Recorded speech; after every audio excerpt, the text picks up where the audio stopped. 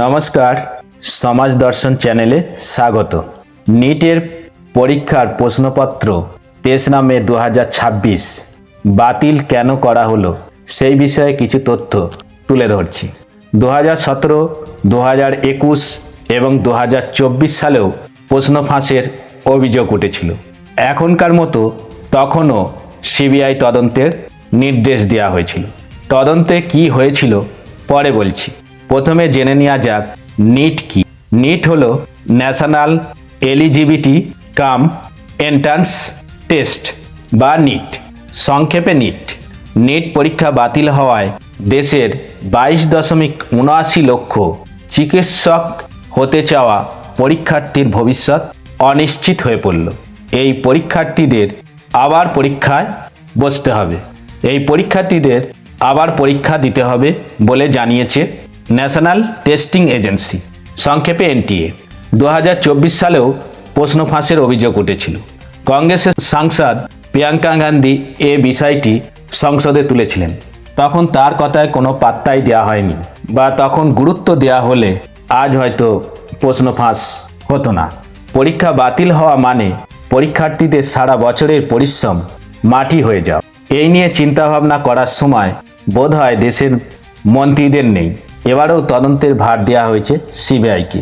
ইতিমধ্যেই প্রশ্ন ফাঁসের সঙ্গে যুক্ত থাকার অভিযোগে 15 জনকে আটক করেছে রাজস্থান পুলিশের স্পেশাল অপারেশন গ্রুপের এসওজি। কেন্দ্রীয় শিক্ষামন্ত্রী ধর্মেন্দ্র প্রধান 2024 সালে বলেছিলেন ভবিষ্যতে আর প্রশ্ন ফাঁস হবে না। এখন আর তার দপ্তরের ব্যর্থতা নিয়ে মুখ খোলেননি। বিরোধী দলনেতা রাহুল গান্ধী স্বাভাবিকভাবেই মন্তব্য করেছেন, প্রধানমন্ত্রীর তথাকথিত অমৃতকাল এখন দেশের জন্য বিষকালে পরিণত হয়েছে। 2024 সালের মতো এবারেও প্রশ্ন ফাঁসের মূল অভিযোগটি ওঠে রাজস্থানের কোচিং সেন্টারের দিকে। বারবার প্রশ্ন ফাঁসের ঘটনায় রাজস্থানের নাম উঠে আসায় এনটিএ কর্তাদের ঘুম কেড়ে নিয়েছে। পরীক্ষার আগে যে লেখা গেস পেপার কোচিং নেটওয়ার্ক এবং হোয়াটসঅ্যাপগুলির মধ্যে চালাচালি হয়েছিল, সেগুলোর সঙ্গে পরীক্ষায় আসা একাধিক প্রশ্নের হুবাহু মিল খুঁজে পাওয়া যাচ্ছে। তাই তড়িঘড়ি তদন্তের নির্দেশ দেয় এনটিএ। রাজস্থান পুলিশের এসওজি প্রাথমিক তদন্তে দেখেছে গেস পেপারে 180টি প্রশ্ন ছিল, যার মধ্যে নিটে এসেছে 135টি। গেস পেপারে থাকা রসায়নে ও জীববিজ্ঞানের প্রায় 100টি প্রশ্ন নিটে আসা প্রশ্নের সঙ্গে উল্লেখযোগ্য মিল রয়েছে।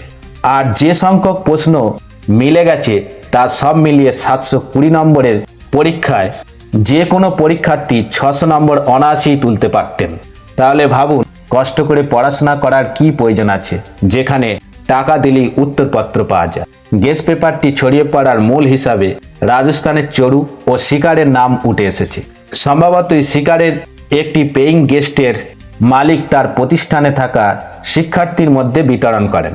পরে সেটি হোয়াটসঅ্যাপ গ্রুপের মাধ্যমে ছড়িয়ে পড়ে। ওই নথি সর্বোচ্চ 5 লক্ষ টাকা দামে বিক্রি হয়। রাজস্থান পুলিশের কাছ থেকে তদন্তভার হাতে নেয় সিবিআই। সিবিআইয়ের প্রাথমিক অনুমান, যে ছাপাখানায় প্রশ্ন ছাপা হয়েছিল সে থেকে প্রশ্ন ফাঁস হয়ে থাকতে পারে। মহারাষ্ট্র থেকে এক ব্যক্তিকে আটক করা হয়েছে। সিবিআই তদন্ত হাতে পেয়ে নাসিক থেকে শুভম খয়নার নামে এক ছাত্রকে গ্রেপ্তার করে। শুভম পুনের বাসিন্দা।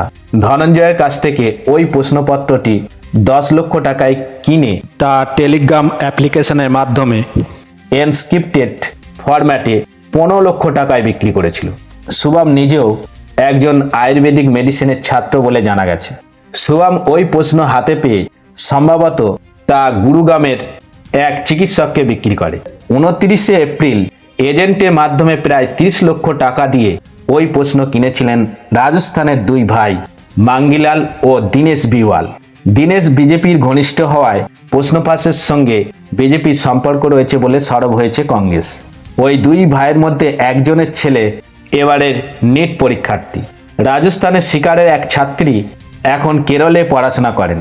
সে ওই প্রশ্নপত্রটি পেয়ে তার বাবাকে পাঠিয়ে দেন। এইভাবে গোটা দেশে ছড়িয়ে পড়ে। এখন রাজনৈতিক দলের প্রতিনিধিরা এই নিয়ে কি বলেছেন জেনে নেওয়া যাক। ধারাবাহিক এই প্রশ্ন ফাঁসের পেছনে বিজেপির হাত রয়েছে বলে সরব হয়েছেন কংগ্রেসের সাংসদ রাহুল গান্ধী। তিনি বলেন, 22 লক্ষের বেশি পড়ুয়ার পরিশ্রম, ত্যাগ ও স্বপ্ন নষ্ট করে দিল দুর্নীতিগ্রস্ত বিজেপি। যদি পরিশ্রমের পরিবর্তে অর্থের মাধ্যমে ভাগ্য স্থির হয় তাহলে শিক্ষার আর দরকার কি? 2024 সালে নিট দুর্নীতির সময়ে এনটিএর ডিজি থাকা সুবোধ কুমার সিংকে সরিয়ে দেওয়া হয়েছিল। তিনি বর্তমানে ছত্তিশগড়ের মুখ্যমন্ত্রী প্রিন্সিপাল সচিব। রাহুলের কটাক্ষ, যত বড় চুরি তত বড় পুরস্কার। পশ্চিমবঙ্গের বিরোধী দলনেতা শুভনদেব চট্টোপাধ্যায় বলেছেন, নিটের প্রশ্নপত্র ফাঁসের ফলে দেশ জুড়ে 23 লক্ষের কাছাকাছি ছাত্রছাত্রী অথই জলে পড়লেন। জনতার কাছে ক্ষমা চাওয়া উচিত। সিপিএমের পলিট ব্যুরো বলেছেন, ছাত্রছাত্রীদের উদ্বেগ ও সমস্যার প্রতি সম্পূর্ণ উদাসীন দুর্নীতিগ্রস্ত ও স্বার্থান্বেষী চক্রের যোগসাজেশই এই ধরনের প্রশ্ন ফাঁসের ঘটনা ঘটে। এনটিএ ভেঙে দিয়ে আগের মতো সংশ্লিষ্ট সরকারি সংস্থাগুলির হাতে পরীক্ষা ফিরিয়ে দেওয়া উচিত। পশ্চিমবঙ্গে এসএফআই এর সর্বভারতীয় সাধারণ সম্পাদক সৃজন ভট্টাচার্য বলেছেন, পরীক্ষার ব্যবস্থাপনায় চরম গাফিলতির জন্য কুখ্যাত এনটিএ ফের প্রমাণ করল তারা পরীক্ষার সুষ্ঠু পরিচালনায় সম্পূর্ণ অক্ষম। দেশের মর্যাদাপূর্ণ শিক্ষা প্রতিষ্ঠানগুলির ভর্তি পরীক্ষায় এই দুর্নীতির জন্য সরাসরি দায়ী নরেন্দ্র মোদী সরকার। এসইউসির ছাত্র সংগঠন ডিএসও বলেছে, গত 3 বছরে এই নিয়ে দ্বিতীয়বার প্রশ্ন ফাঁস হলো। নিট পরীক্ষার প্রশ্ন ফাঁসের ঘটনায় এক দেশ এক পরীক্ষা নীতি আগের মতোই রাজ্যভিত্তিক প্রবেশিকা পরীক্ষা ফিরিয়ে আনার খারিজ করতে সরব হয়েছে। All India safe education committee বা এআইএসসি দাবি জানিয়েছে। এদিকে নিটের মতো সর্বভারতীয় ডাক্তারি পরীক্ষা রাজ্যভিত্তিক প্রবেশিকা পরীক্ষা ফিরিয়ে আনার দাবি জানিয়েছেন তামিলনাড়ুর নতুন মুখ্যমন্ত্রী তলপতি বিজয়। আমি যখন ভিডিও তৈরি করছি তখনও পশ্চিমবঙ্গ বিজেপির কোনো মন্তব্য পাওয়া যায়নি। এইবার আসি 2024-এর প্রশ্ন ফাঁসের তদন্তের বিষয়ে। 2024-এ প্রশ্ন ফাঁসে 2-1 চুনোপুটিকে ধরে জেলে ভরেছিল সিবিআই। তারা এখন জামিনে মুক্ত আছে।